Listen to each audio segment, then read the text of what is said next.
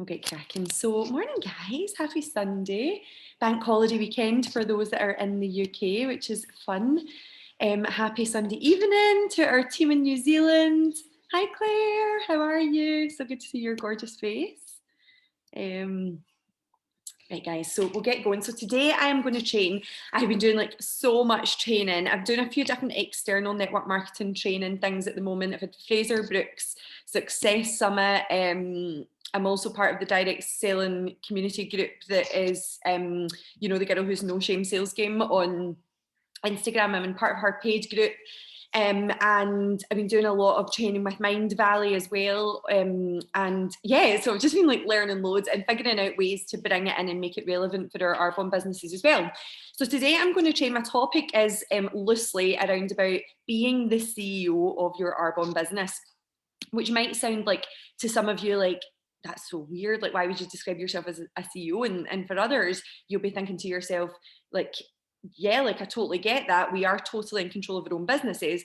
And then for some of you, you might be like that. Well, yeah, but I don't really feel like a CEO. So I'm going to split this into two different sections. And first of all, I'm going to talk really, really practically around about Instagram. Okay. And the reason that I keep coming back to Instagram all the time is because it is at the moment the number one platform of growth within social media. And it's gone from, like, in the last 18 months or so, it's gone from being a 500 million person having 500 million people on there to having 1 billion people, and that's massive growth, obviously.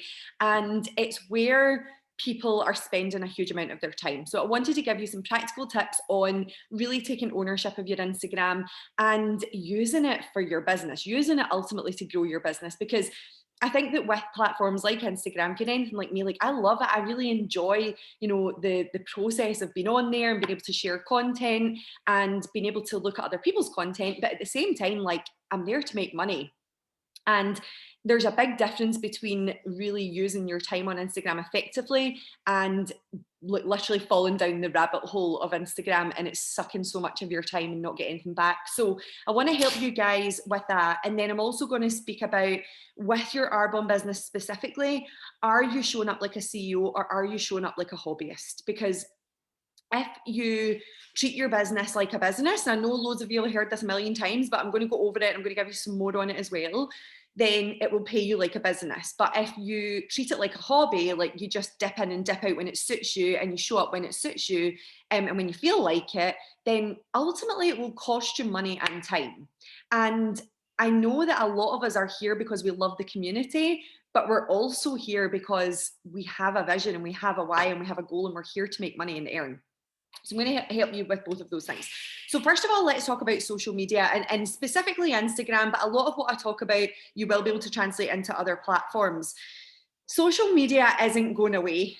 Not for the moment anyway, okay? It's growing and it's getting bigger, and basically every training that we go into, whether it's within Arbonne, whether it's externally, talks about social media growth, okay? So it is a huge part of your business, but it won't grow organically. The same as your Arbonne business won't grow organically, okay? These things only grow when we're very intentional with the action that we take and with the planning around about it ultimately as well. So it really has to include effort and intentional action, okay? So I'm going to talk to you here about how to grow your Instagram following, because, and I've spoken so many times in the past that actually the number of followers you have doesn't matter if you're not converting them into sales. Okay, so if you've got 10,000 followers, but no one buys anything from your business, that's irrelevant. If you've got 10,000 followers and 50% of them purchase from your Arbonne store, then your growth is important, your following is important. But by the same token, you can have someone who's got 1,000 followers and 100% of the people that they've got buy from them. And that's massive. Do you know what I mean? So it's having that balance of, yes, following is important, but only if you take the intentional action. Now, I've already trained recently on our Dream Team page on a Facebook Live about how to actually manage your following, how to convert those conversations into business conversations, how to talk to people more about the business, how to lead it on to talking about the business and the products. I've done all that. So I'm kind of rewinding a little bit today and going back to, right, okay, but how do you actually continuously evolve and increase that following? Now, some people you look at in social media, will have purchased their followers, right? It's a total waste of time. Okay, don't purchase followers. It's number one, it doesn't feel good for you. You know, it's not real followers. Number two, those people will not convert into any type of sales lead. And ultimately, what will happen is, okay, you might think more people will follow you because you've got X amount of followers, so it makes it look like you have more influence. But in actual fact, that won't actually happen. Okay, that won't. It doesn't make any difference. People don't follow because of the number of followers you have. They follow because of the content that you produce. Okay, so buying followers is an absolute no-go, because you won't feel good about it either, because you'll feel disingenuous to your audience. And in the process of doing that, you won't actually learn how to build an organic following as well. Okay. So if your current content isn't attracting hordes of new followers, then you need to change something. So if you've been doing the same thing on social media for a while and it's not actually attracting a new audience, then you need to change something, because what you're doing isn't working. And it's, you know, what we say is that if you just keep doing the same thing over and over and expect a different outcome, then that's, you know, insanity. And it's true. So when you actually think about it, if you keep coming back and doing the same thing and it's not working, it's time to actually switch something up. Okay. So, yeah, what I would say is that remember that it takes time and effort, like Arbonne, like anything in life, like going to the gym, like, you know, creating a new fitness regime, like getting into new habits with your nutrition.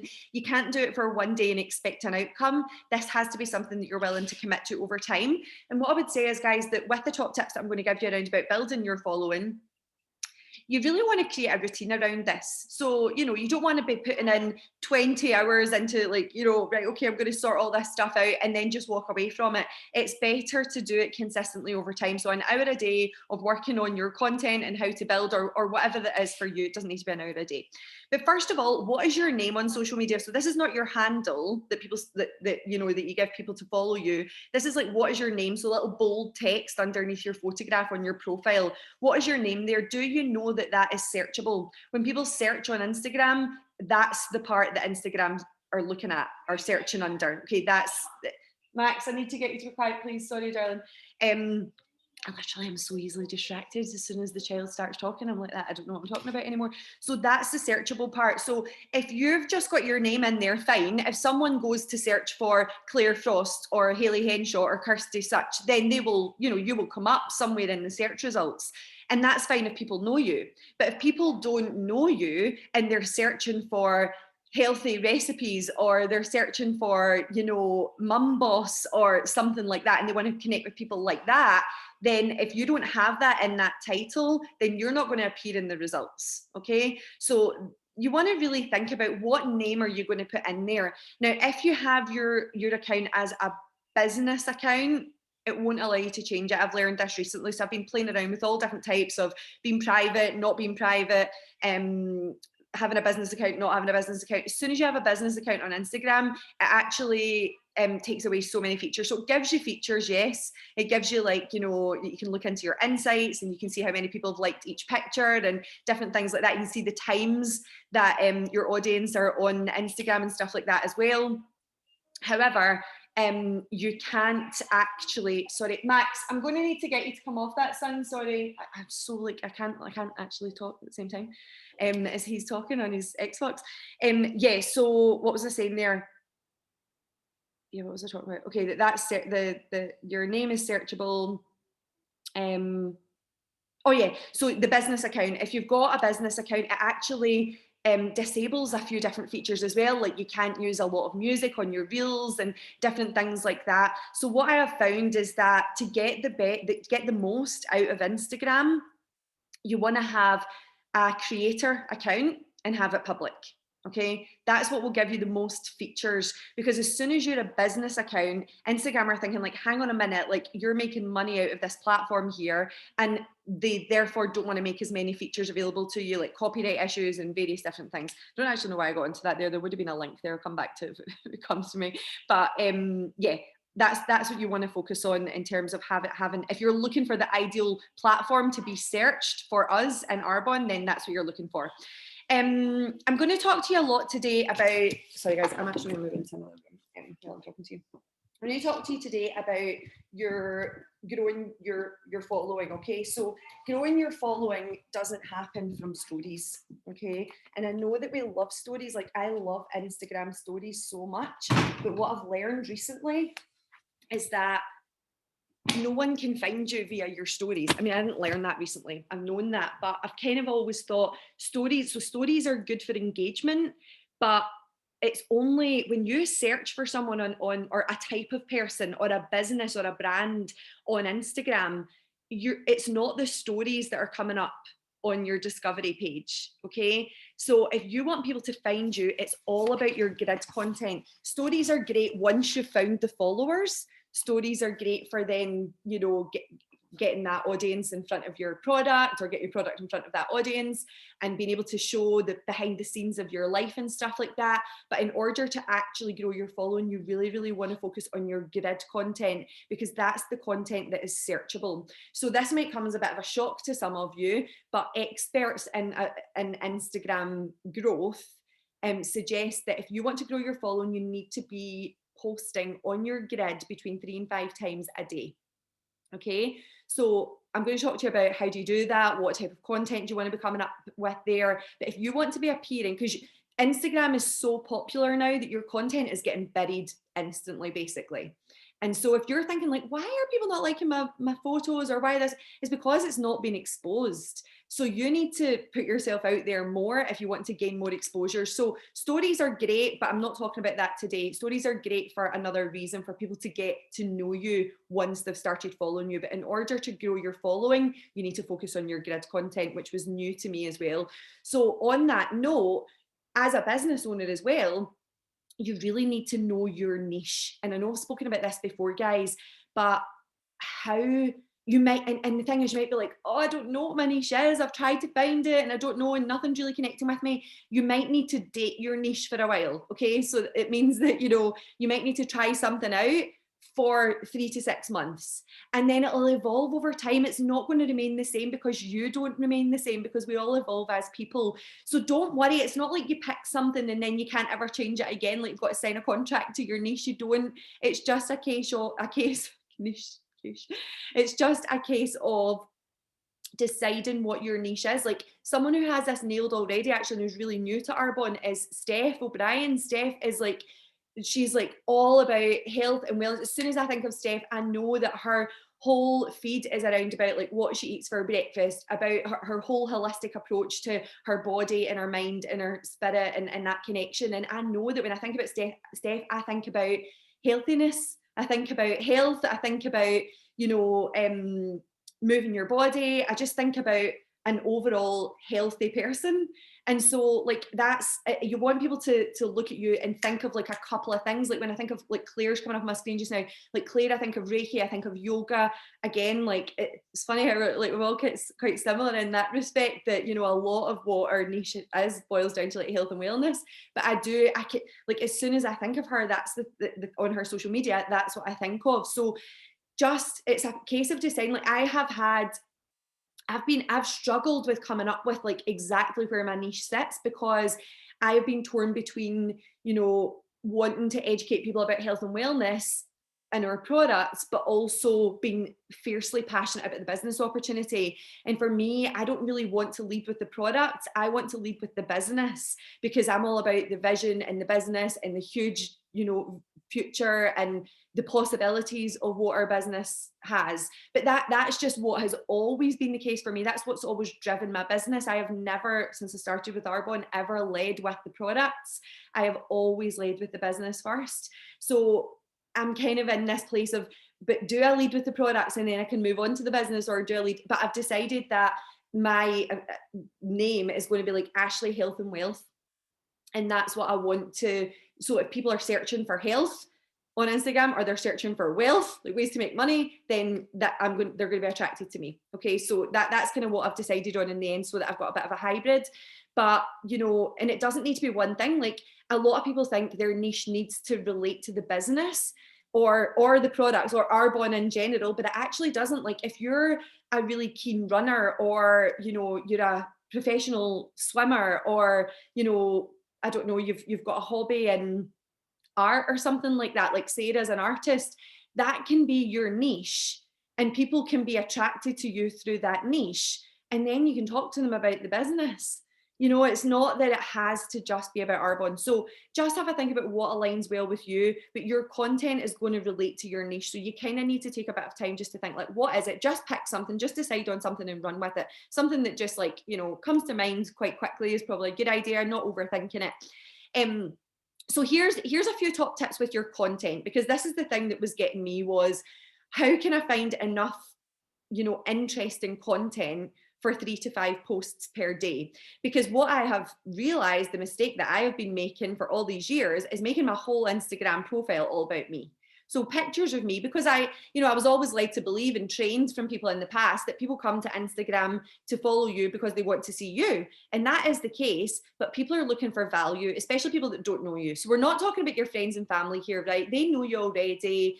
They don't come to Instagram to see you. They might, you know, it's nice to see what's going on in your pals' lives and stuff. And it's a really good way to keep in touch with people and all that. And, you know, if you're thinking like that, that's what I want my Instagram to be, then that's fine. You can just, you know, use Instagram as a hobby. But I am talking today to people who want to use Instagram to build a business. Okay. And for me personally, I just don't even think I'd bother with social media if it wasn't for building a business and making money out of it. Like, that's what I want to do. I want to use this powerful platform to make money. So what you want to be thinking about when you're growing your following is, first of all, with your content, does this post matter to someone who doesn't know me? So if you post a picture of your kids, that's fine every now and again, right? We all do it. But if you're posting 5 pictures of your kids a day and there's no associated content or value, people aren't going to care. People who don't know you don't care. They don't care about seeing you. They don't care about seeing your kids unless there's value attached to it. So you have to think, does this post matter? Now, that doesn't mean you can post a picture of your kids and have something relevant attached to it. Like, maybe you want to talk about getting out for the first time, being able to take your kids somewhere for the first time you've not been, how that felt to you as an individual, something that other people are going to relate to, but not just a picture and then nothing, no content. So it's all about the content. So it has to add value or teach or serve people in some way. Okay. Now, what you then also want to do, so yeah, on this note as well, what if you're thinking, like, I don't actually know what to post, like what content to talk about? So I'll talk about that in a minute. So just in case you're thinking that, because that was the first thing that I was thinking. So another top tip, and I know I've spoken to some of you about this before, but this came up again this week, is if you don't know what to post, use featured content and repost. Okay, so what that means, featured content is when you use someone else's content and you repost it. So where the skill comes in here is that you have to be able to find content that is getting traction, and it's dead easy to do. So all you do is, say you decide, like, on this day, I want to focus on gut health. So you're going to search on Instagram under hashtags like for gut health, or, you know, something along those lines, whatever it may be. Or you can search for photos related to that, or whatever it may be. But what you then want to do is find the top posts under that category, and you can, all you do is like click top posts, and it shows you on Instagram, okay, what those top posts are. So you then want to take like something, so there'll be loads of top posts come up, and you want to pick something that fits with your vibe, not your aesthetic. Aesthetic is null and void now, guys. Like, so see if you're spending time trying to make your Instagram grid look good, like all the same tone or something like that, stop wasting your time on it.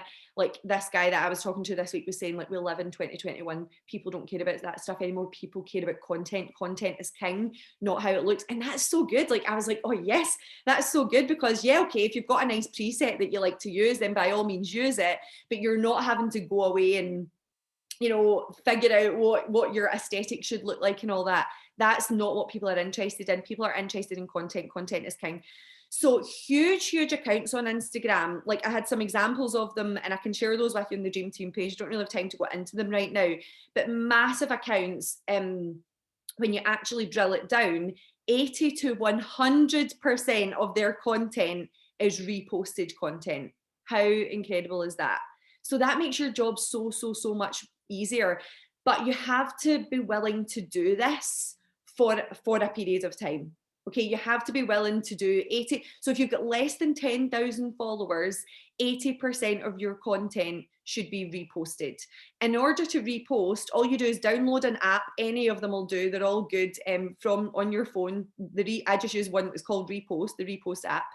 And then you find the content that you want to focus on that is aligned with your niche, and you pick out the ones that you're like, I like that. Like, that's like me. You don't want to pick something that is like totally not related to you or doesn't sit well with you, or, you know, you don't like the look of it. Pick something that you like and repost it.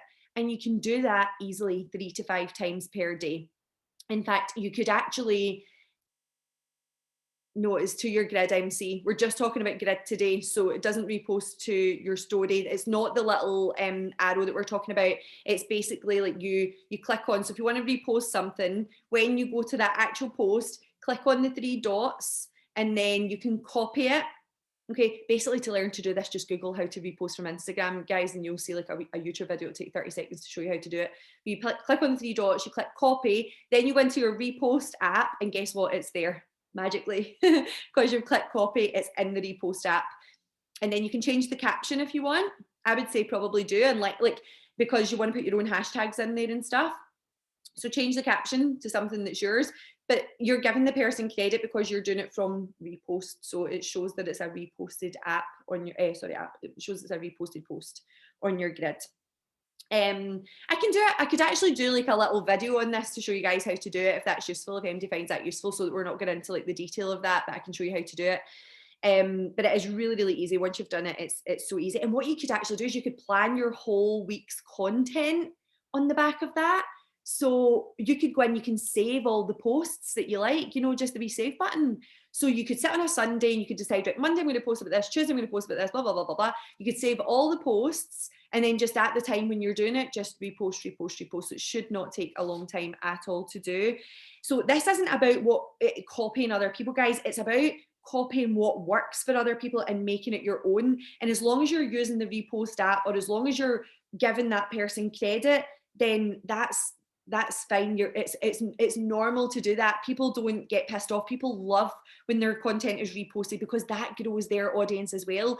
And ultimately what you're looking for here is content that's shareable by other people. If people relate to your content and they share your content, they save your content, they show it to their friends, they post it to their stories, whatever it may be, that's what's going to increase your following. You increase your following, you increase your audience, you increase your chances of people coming to ask you about the business opportunity or finding people who you can speak to about the business opportunity. So I know this might be like blow your brains out a wee bit in some places. You're like, oh my God, it's more things to think about. But at the end of the day, your business growth comes from finding people to talk to about the business. And by the way, guys, see if you're sitting there thinking, I am not remotely interested in having a big following on Instagram. No worries. Like, I'm not talking here about getting a following on Instagram just for the sake of it. I'm talking about getting a following on Instagram to grow your business.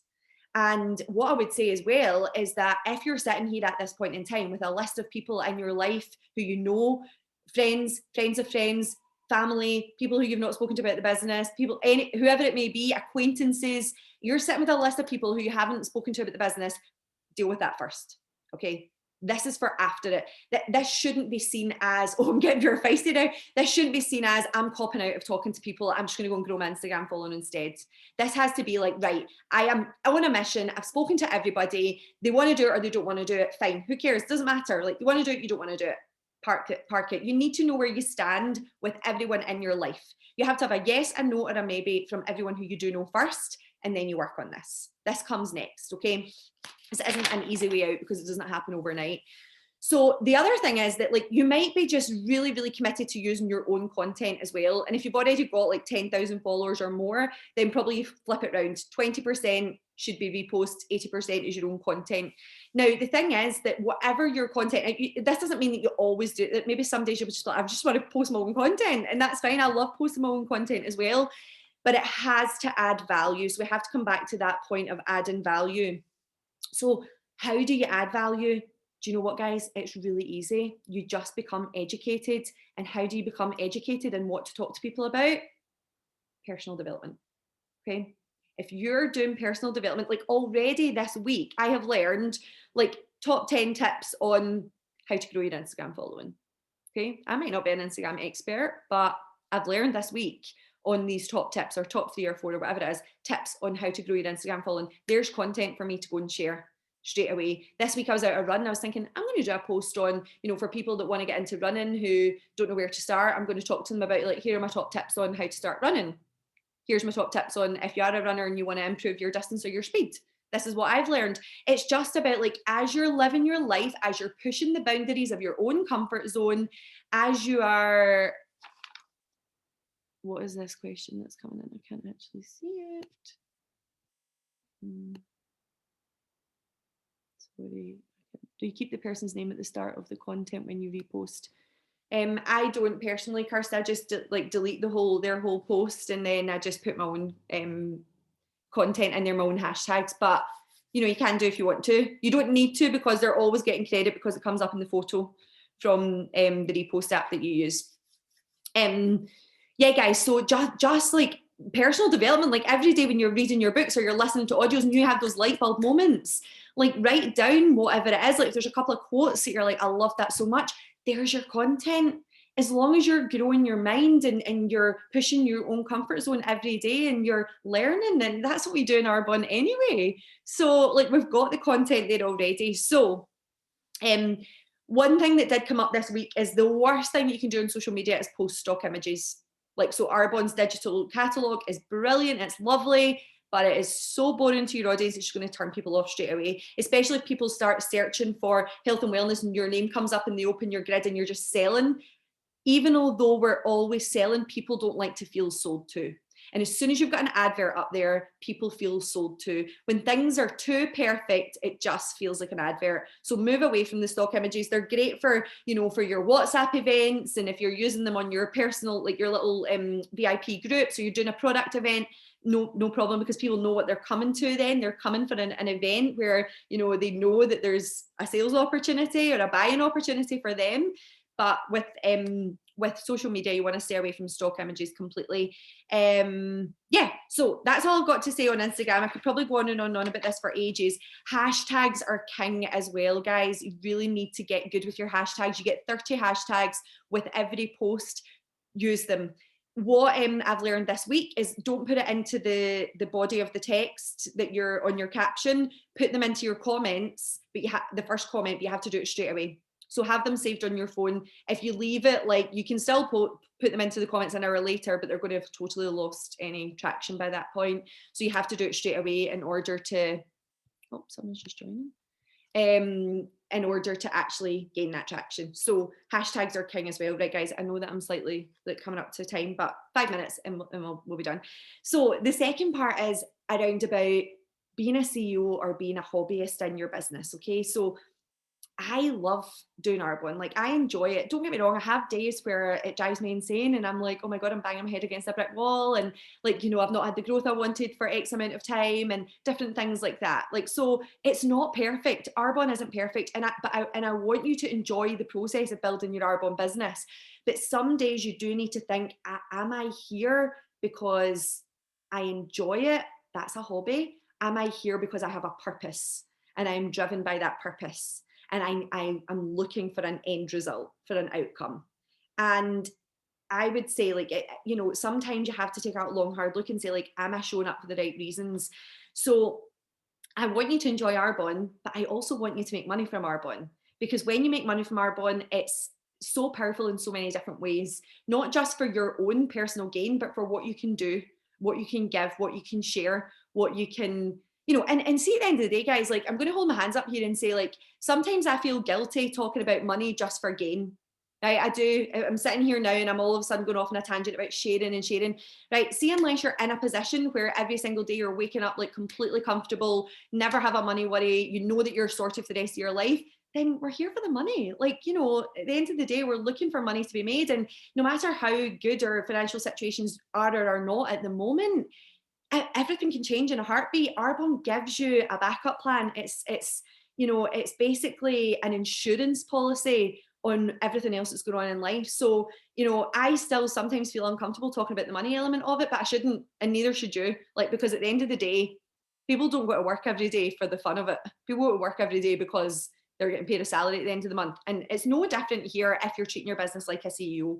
So are you treating your business like you are the CEO of your Arbonne brand? Because by the way, newsflash guys, for those of you who don't actually know this, you are in control of your business. You are in control of your outcome. You are in control of how big or small you make this. You're in control of the paycheck that comes in every single month. If you didn't like your April, you created it. So, you know, and I know that might be harsh and a bit of a truth bomb, but it's true, guys. Whatever your business brings to you, you create it. But if you flip that over, how powerful is that? You are in control. Someone else doesn't decide if you get a salary increase this year or not. Someone else doesn't decide if you get the promotion, if you're worthy of the promotion. No one else makes the decisions. You make the decisions. You decide if you're worthy of promoting to the next level in your business.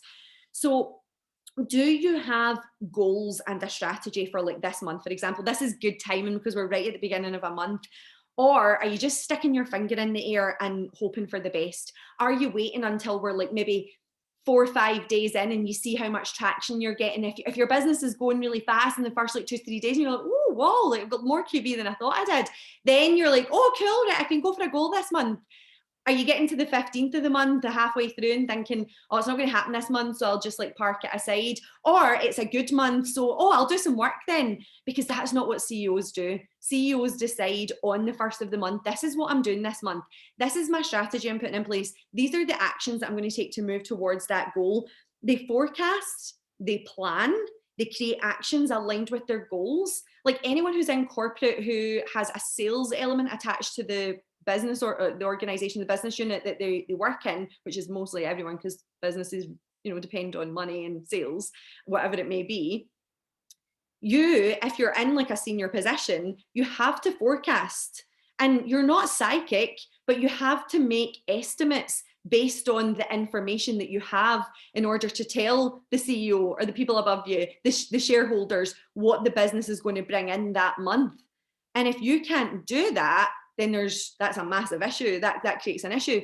And being the CEO of your Arbonne business shouldn't be any different. It should be like, I am going to create this month, and this is how I'm going to do it.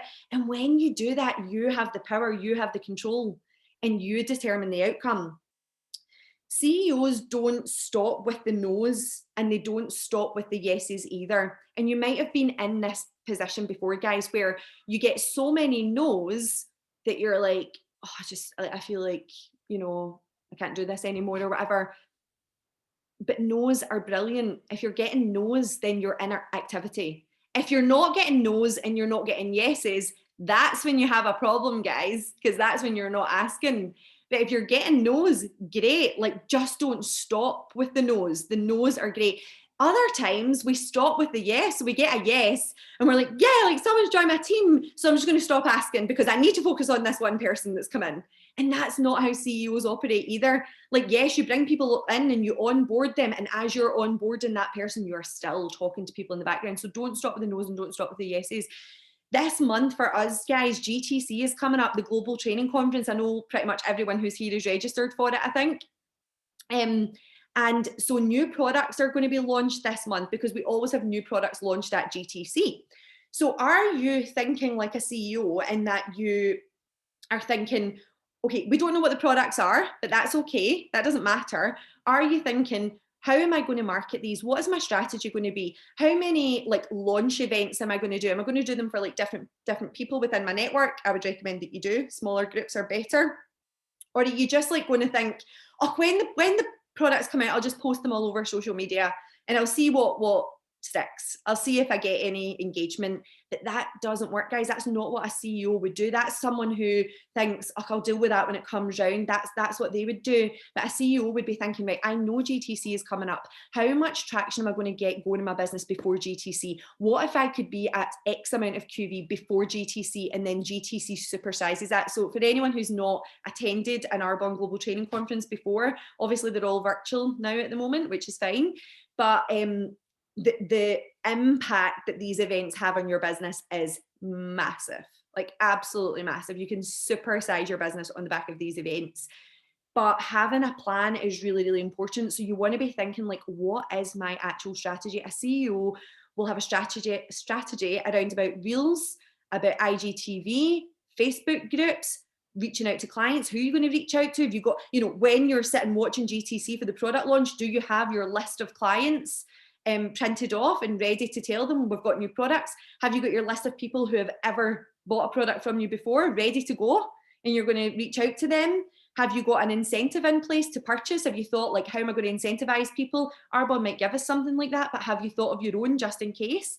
This is about having a plan, know where you're going to be. But I would say, like, GTC's like in 2 weeks, less than 2 weeks time, have a plan as to where you're going to be by then. Like, what level are you going to be at, like, in terms of your QV for the month, and work towards that goal. And then you're going to have something really exciting to talk about after that.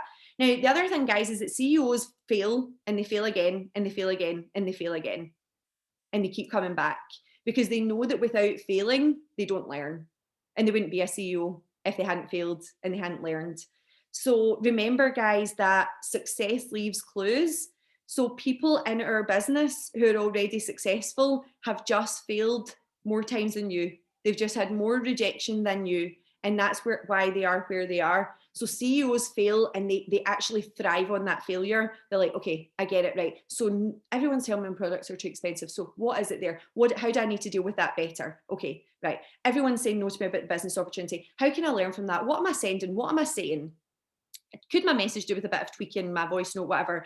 Am I sending them all the same video, and yet they're all saying, no, maybe that video is not right for my audience. Maybe I'm not painting the vision big enough. Like, it's about analyzing what are you doing wrong to grow more, taking ownership. And as soon as you do that, you will start to see results in your business, because no one comes in here and just knows what to do.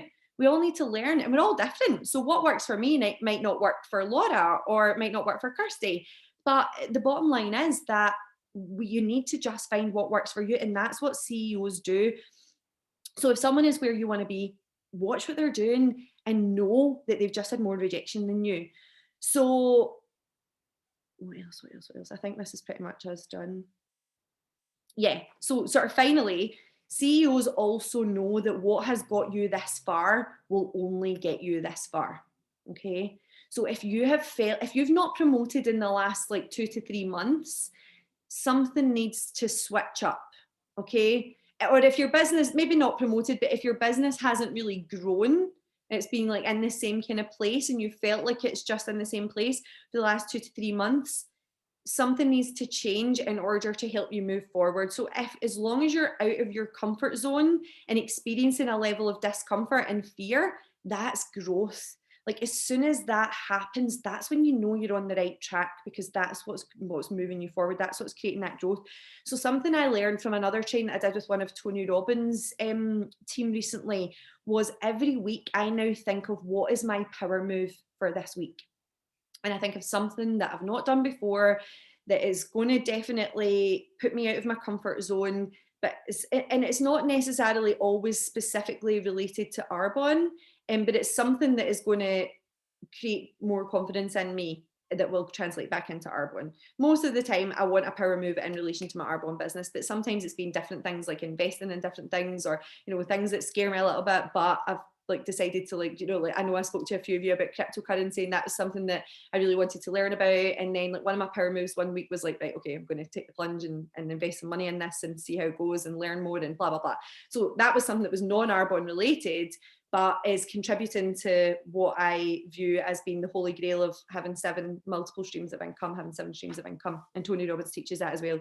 So what is your power move this week for your Arbonne business? What are you going to do? Have you always been saying you're going to do WhatsApp events, but you've never actually got around to it because you're a bit scared to do it? Have you been saying that you're going to send voice notes to ask people to take a look at the business, but you've been scared to do it? Whatever it may be, is it maybe someone who you could reach out to, who you've been scared to talk to, or you've been creating these stories in your head? Whatever it is for you, think of your power move and do it this week. And if you do that every single week, can you actually imagine the growth that you will experience in a year? It'd be absolutely incredible. So what I would finally say is that CEOs decide who has a seat at their table. Guys, if you're the CEO, you choose your board of directors, right? But when you're thinking about your Arbonne business and being the CEO of your Arbonne business, you decide who has a seat at your table. And that doesn't just mean you decide, you know, who you speak to about the business. That's actually not what I'm talking about. What I'm talking about is whose opinions are you allowing into your life? Whose opinions are you taking on board? What beliefs are you allowing to have a seat at your table? What beliefs are you allowing into your mindset which are holding you back from going to where you want to be? If people in your life are not invested in your belief of where you are going with this business, then the harsh reality is that they don't believe in you. And I'm really sorry if that hits some people like a ton of bricks. But if you get friends in your life who judge what you do in Arbonne, that's because they don't believe in you as an individual. And if you allow these people to have a seat at your table, because as soon as someone says, I don't believe in that business, or I don't, they're actually saying that they don't have, they don't trust your opinion, your your opinion on what the right thing is for you. They're basically saying they know better. They think they know better than you. And if you allow these people to have a seat at your, would you allow them to have a seat at your table? Would you have them on your board of directors? You're the CEO here. You're the person who drives this. So you ultimately decide as well which people you let in and which opinions you allow to come into your life. And you also have the decision, guys, as to what beliefs you allow in as well. So it's not just people, it's sometimes the beliefs that we hold about ourselves as well. So if you've got beliefs coming in that don't serve you, you have the opportunity to park those. And actually, there's a really good meditation that you can do where you sit back and say it's like fear or ego or something like that that's holding you back. That's just a couple that I've picked out of thin air. But you can actually sit back for a minute and imagine, whether it's a person, whether it's a belief, sitting at your table and just say to them, thank you for being here. Thank you for what you have done for me so far, for helping me to reach this realization, for helping me to dig deep. I'm now going to excuse you from my table. Please leave. And I'm really excited for the new beliefs that are going to come in and take a seat, and the new people that are going to come in and take a seat at my table, because those are the cheerleaders that I need in my life. And those are the beliefs that I need to have to progress to the next level. So be that CEO and decide who gets a seat at your table. So anyway, I've been rambling on for ages today, guys. I knew I would never fit this into half an hour. So I'm sorry, I know we've gone over and some people want to go into Meg's call as well, but I hope that was useful. Would it be useful if I do like a little video of Instagram and doing a repost? Yeah. Yep. Right, cool. Okay, I will do that then. And if there's any other Instagram related questions, there was so much information. Like the training I was on was like 2 hours long. I'm trying to condense it into like less than 30 minutes. So if there's anything else, I just don't know how to do that or whatever, let me know and I'll just do a wee separate video, or I'll do like a sharing of screen and show you how it all works and stuff. So just reach out to me, guys, if that's useful, okay? But thank you. Have a lovely Sunday, guys, and I will speak to you soon. Thanks, Ashley. See you later. Thank you. Bye. Bye, darling.